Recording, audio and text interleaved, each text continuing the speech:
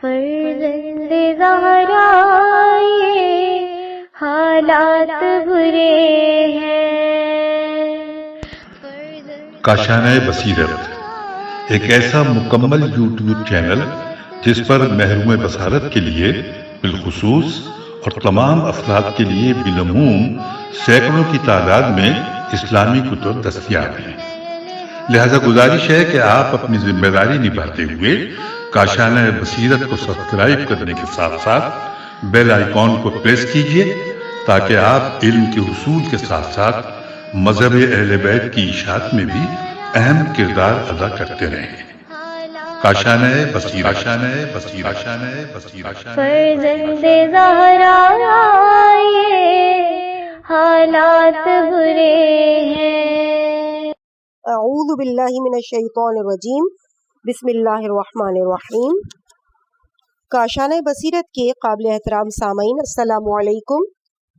کتاب عالم عجیب ارواح کی ریڈنگ کا سلسلہ جاری ہے۔ پیج نمبر 95 پہ ہم پہنچ چکے ہیں اور ہیڈنگ ہے تخلیہ روح کا عجیب و غریب واقعہ۔ حوزہ علمیہ قوم کے اعلیٰ ترین استاد جن کا تقویٰ پرہیزگاری میں کوئی جواب نہیں، وہ بھی تخلیہ روح کے ماہر استاد ہیں، فرماتے ہیں کہ میں ایک روز اپنے کمرے میں تھا، دیکھتا ہوں کہ ہماری روح بدن سے نکل رہی ہے۔ میں چھت پر گیا، بغیر کسی پریشانی کے میری روح فضا میں کھیلنے لگی۔ ایک باغ تھا کہ جہاں میرا محل تولد تھا۔ گرمی کا موسم تھا، میری خواہش تھی کہ اس کو پانی دیا جائے، کیونکہ بہت سے درخت ایسے نازک تھے کہ اگر ان کی آبیاری نہ کی جاتی تو خشک ہونے کا اندیشہ تھا۔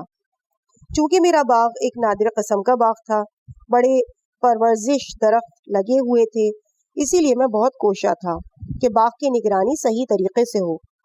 ایک لمحے میں وارد ہوا تاکہ مطلع جریان باغ ہو جاؤں۔ وقت ظہر تھا، باغبان آرام کر رہا تھا مگر سویا نہیں تھا۔ میں باغ کے دلکش مناظر دیکھ رہا تھا کہ اتنے میں باغبان آیا اور کہنے لگا خوش آمدید۔ بعد میں ہم آگاہ ہوئے کہ باغبان سو رہا ہے، اس کی روح ہمارے خیر مقدم کے لیے آئی ہے۔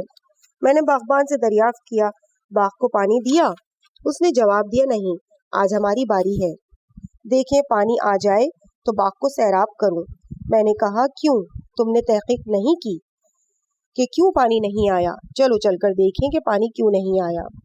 باغبان کی روح ہمارے ساتھ ہوئی۔ ابھی ہم اس مقام پر نہیں پہنچے تھے کہ جہاں سے پانی تقسیم ہو کر ہماری طرف آتا، بس وہیں سے باغبان واپس ہو گیا اور اس کی روح اس شخص کے بدن میں داخل ہو گئی، یعنی وہ خواب سے بیدار ہو گیا۔ ہوا یوں کہ اس کی بیوی نے اس کو سونے سے جگایا۔ عالم دین کہتے ہیں کہ ہم نے باغبان کو کہتے ہوئے سنا کہ وہ کہہ رہا ہے کہ ابھی خواب میں مالک صاحب آئے تھے اور کہہ رہے تھے کہ باغ کو پانی نہیں دیا، لگتا ہے کہ وہ باغ میں پانی نہ دینے سے ناراحت ہے۔ میں دریا پر جاتا ہوں اور دیکھتا ہوں کہ پانی کیوں نہیں آیا۔ چونکہ نہریں چاہ سے شروع ہوتی تھی، ہمارے باغ سے 2 کلومیٹر دور تھی، میں سبک ہونے کی وجہ سے فوراً اس مقام پر پہنچ گیا۔ باغبان 9 ساعت کے بعد پہنچا۔ چونکہ میں پہلے پہنچ گیا تھا تو محل وقوع پر 2 آدمی آپس میں بیلچے سے لڑ رہے تھے، یہاں تک کہ ایک نے دوسرے کو موت کے گھاٹ اتار دیا۔ وہ لوگ ہم کو اس لیے نہیں دیکھ رہے تھے کہ میں تخلیہ روح کر کے آیا تھا، کوئی بھی ان تک نہیں پہنچ پایا اور ان کو نہیں دیکھ رہا تھا۔ اتنے میں باغبان پہنچا تو اس نے ایک شخص کو مقتول دیکھا، گھبرا کر وہاں سے بھاگا کہ کہیں میرا نام قاتلوں میں نہ ہو۔ باغبان کو بھاگتے ہوئے کسی نے دیکھ لیا اور جا کر اس کا نام رپورٹ میں درج کروا دیا کہ فلاں باغبان نے اس شخص کو قتل کیا ہے۔ چونکہ میں ایسی حالت میں تھا کہ باغبان کی کوئی بھی مدد نہیں کر سکتا تھا، فوراً اپنی روح کو وجود بدن میں داخل کیا اور فوراً ارادہ کیا کہ ہم کو گاؤں جانا چاہیے۔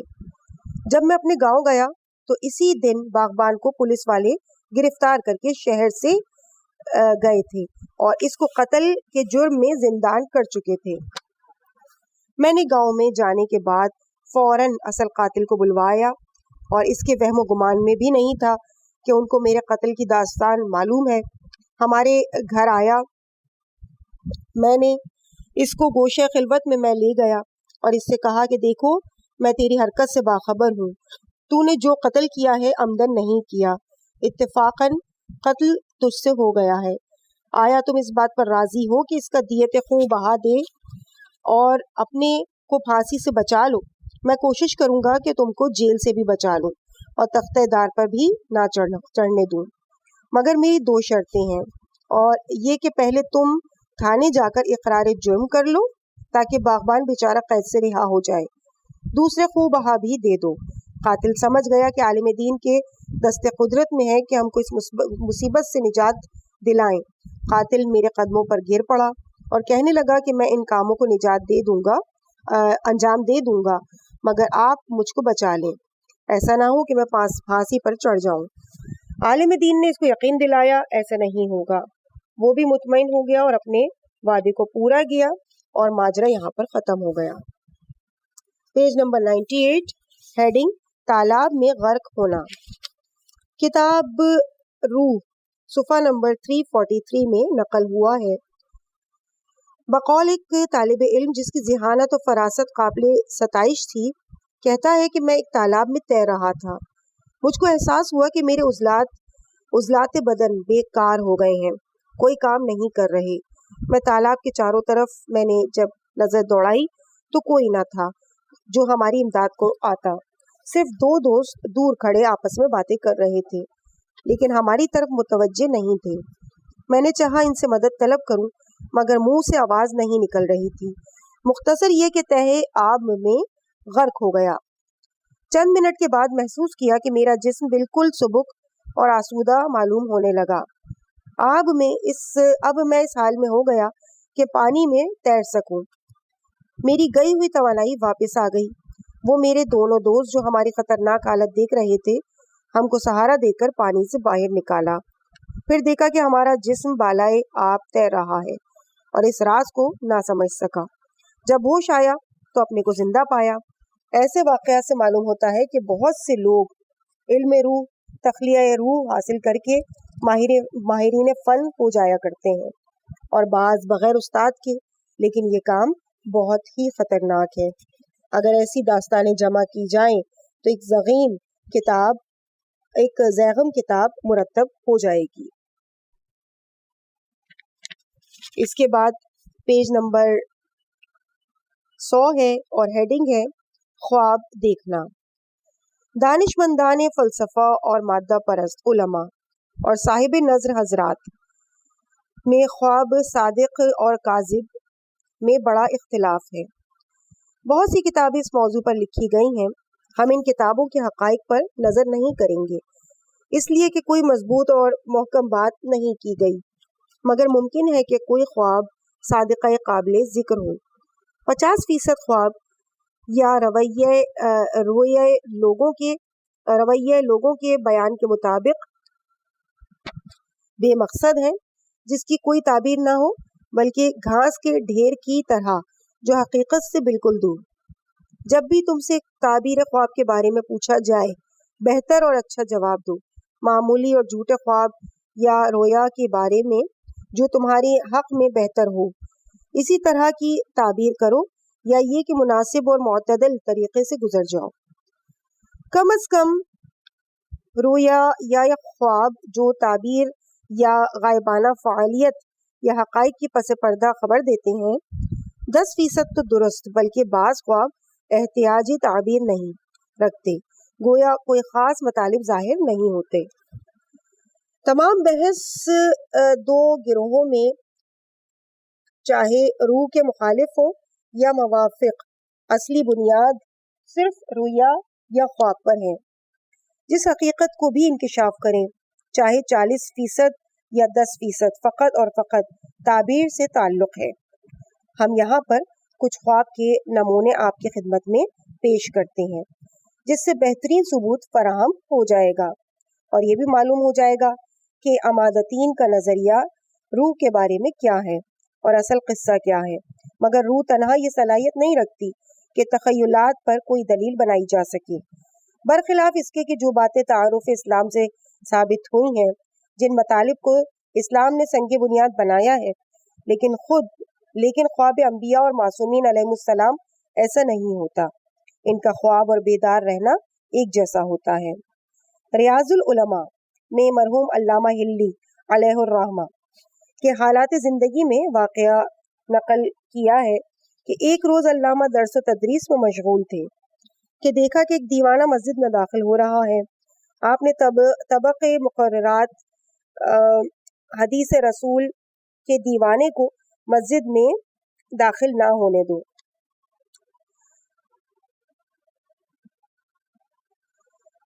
تاکہ مسجد کی بے حرمتی نہ ہو، مسجد سے باہر نکالنے کا حکم دیا۔ شب کو خواب میں دیکھا کہ ایک شخص نے ان پر اعتراض کیا۔ صبح جب نماز کے لیے مسجد گئے تو وہی دیوانہ پھر مسجد میں داخل ہو رہا ہے۔ آپ نے حکم فرمایا اس کو مسجد سے باہر کر دیا جائے۔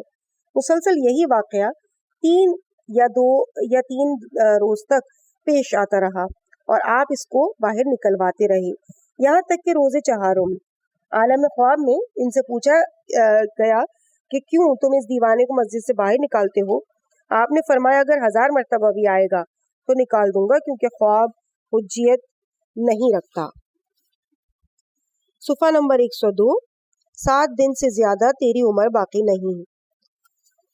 جناب حاجی عبد الرحیم سرفراز شیرازی نقل کرتے ہیں کہ شیخ عبد الحسین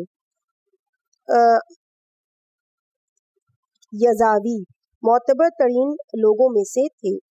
کہتے ہیں کہ ایک شخص بنام مرزا احمد نجف اشرف کے ایک مسافر خانے کے مالک تھے، بہت زیادہ متقی پرہیزگار۔ ان کے تقوی کی وجہ سے ان کو رئیس بلدیہ عظمیٰ کا سربراہ بنا دیا گیا تھا۔ میں ان کو پہچانتا تھا۔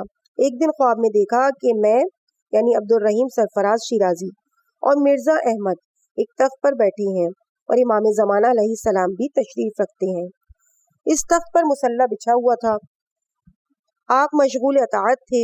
حضرت مرزا احمد کی طرف متوجہ ہوئے اور کہنے لگے کیوں تم ظالم حکومت کی مدد کرتے ہو؟ اور حضرت نے کچھ دوسری نصیحتیں کی مگر میں نہ سمجھ سکا، لیکن اس سے کچھ مطلب اس طرح اخذ کیا۔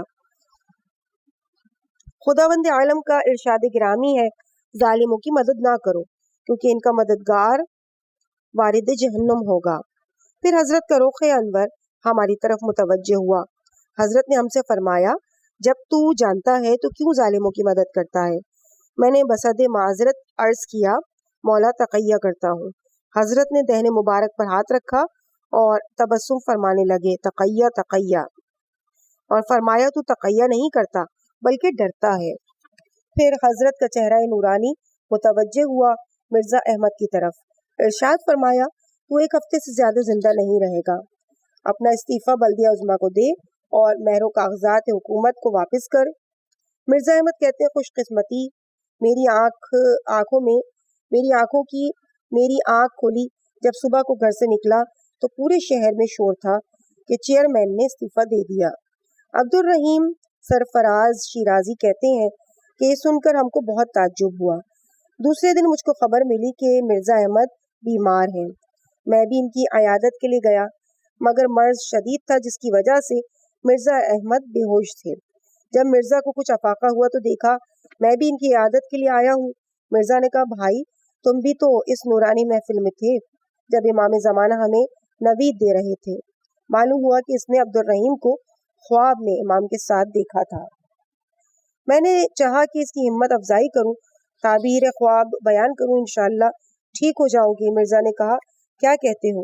یہاں تک کہ مرض نے زور پکڑ لیا اور روز ہفتم اس کی موت واقع ہو گئی۔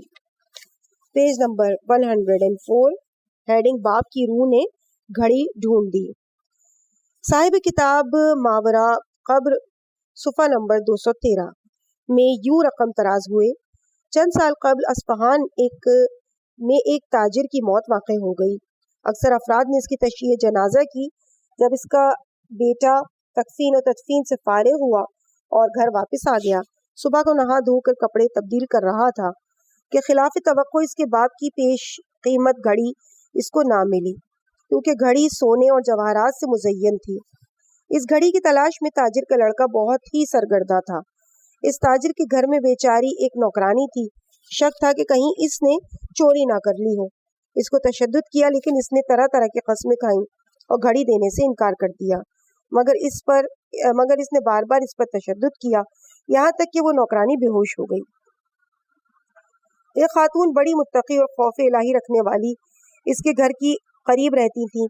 ان معظمہ نے خواب دیکھا کہ وہ مرا ہوا تاجر ان کے پاس آیا اور گھبرایا ہوا کہہ رہا ہے کہ تم اس بیچاری نوکرانی کو گرفتاری سے بچا لو۔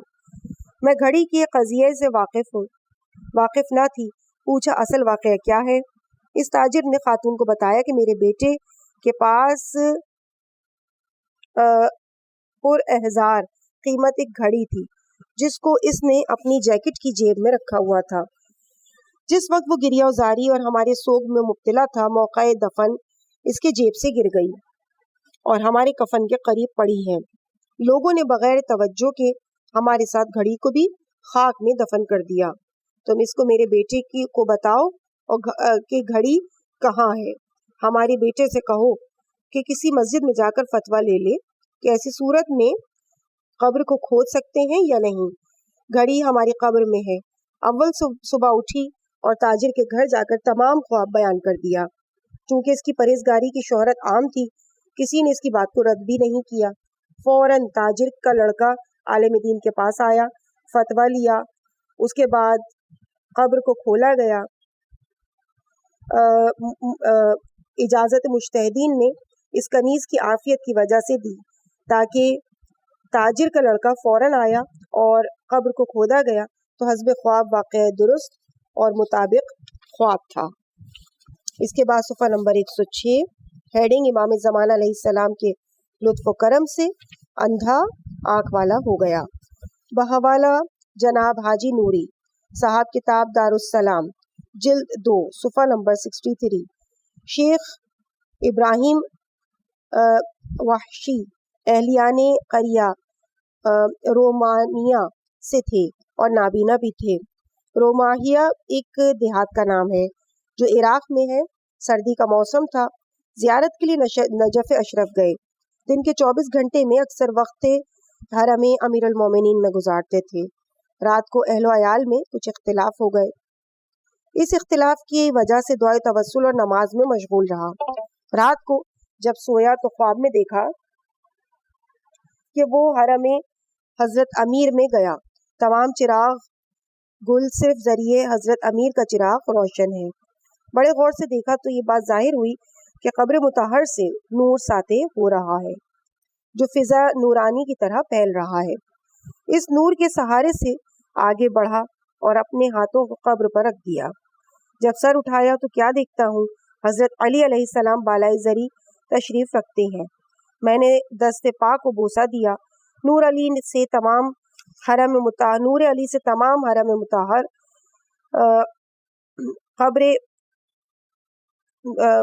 قبر قبا نور بنا ہوا تھا۔ حضرت کی دست بوسی سے جیسے ہی فارغ ہوا، مولا متقیہ نے فرمایا تو شہید کا مرتبہ رکھتا ہے۔ اتنے میں میری نیند اکھڑ گئی۔ جب بیدار ہوا تو بہت شرمندہ ہوا اور دل ہی دل میں کہنے لگا کیوں نہ حضرت سے اپنی آنکھوں کو مس کیا، میری بصیرت واپس آ جاتی۔ دوسری شب کو میں نے دعائے توسل پڑھی۔ شب کو پھر ایک دوسرا خواب دیکھا کہ صحرائے لق و دق میں کھڑا ہوں اور ایک شخص آگے آگے، اس کے پیچھے 300 افراد ہیں۔ ایک شخص نے مسلح بچھایا۔ سب ان حضرات کی اقتدا میں کھڑے ہو گئے۔ ہم کچھ دور تھے، نزدیک آئے اور اقتدا کی کر لی۔ جب جماعت تمام ہو گئی تو ایک گھوڑا لایا گیا۔ وہ نورانی ذات گھوڑے پر سوار ہوئی اور چلی گئی۔ ہم نے موجود لوگوں سے پوچھا یہ بزرگوار کون تھے؟ جواب ملا تم نے ان کی اقتدا میں جماعت پڑھی اور پہچانتے بھی نہیں۔ میں نے جواب دیا میں کسی کو نہیں پہچانتا، پہلی بار میں یہاں آیا ہوں۔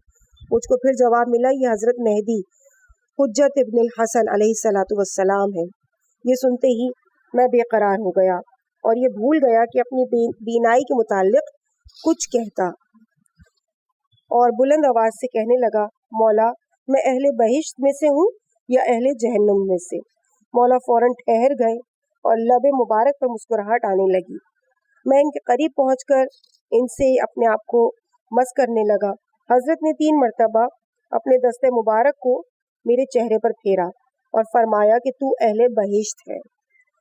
شب کو فرط مسرت سے میری آنکھ کھل گئی۔ پورے کمرے میں گھٹا ٹوپ اندھیرا تھا۔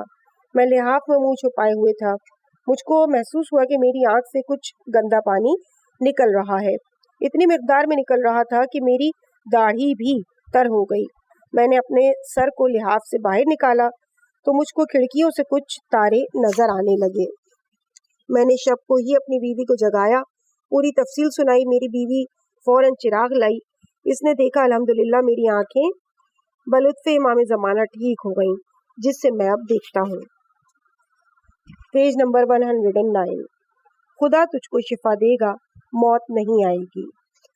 مرحوم شیخ خر عاملی بحوالہ مرحوم نوری دارالسلام، صفحہ نمبر 136 جلد نمبر 2 کے حوالے سے اپنی معرکۃ الآراء کتاب اثبات الہدیٰ میں تحریر کرتے ہیں کہ عید کا دن تھا۔ تمام طلاب اور علماء، صالحین، بزرگان ہمارے گھر آئے ہوئے ہیں۔ میرا گھر قابل عشق نشست تھی۔ میرے گھر میں قابل عشق نشست تھی۔ میں نے لوگوں سے کہا کہ کاش یہ عید پھر ہم کو نصیب ہوتی اور ہم لوگ خوش و خرم اس جگہ جمع ہوتے۔ معلوم نہیں کون سال آئندہ زندہ ہوگا، کون مردہ ہوگا۔ علماء میں سے ایک نے، جس کا اسم شریف شیخ محمد تھا، میرا ہم جماعت تھا، کہا میں جانتا ہوں ہم سب زندہ رہیں گے، یہاں تک کہ 26 سال تک بحیات ہوں گے۔ میں نے اس سے پوچھا کیا تم علم غیب جانتے ہو؟ شیخ محمد نے کہا اگر اجازت مرحمت ہو تو ایک سرگزشت نقل کر دوں۔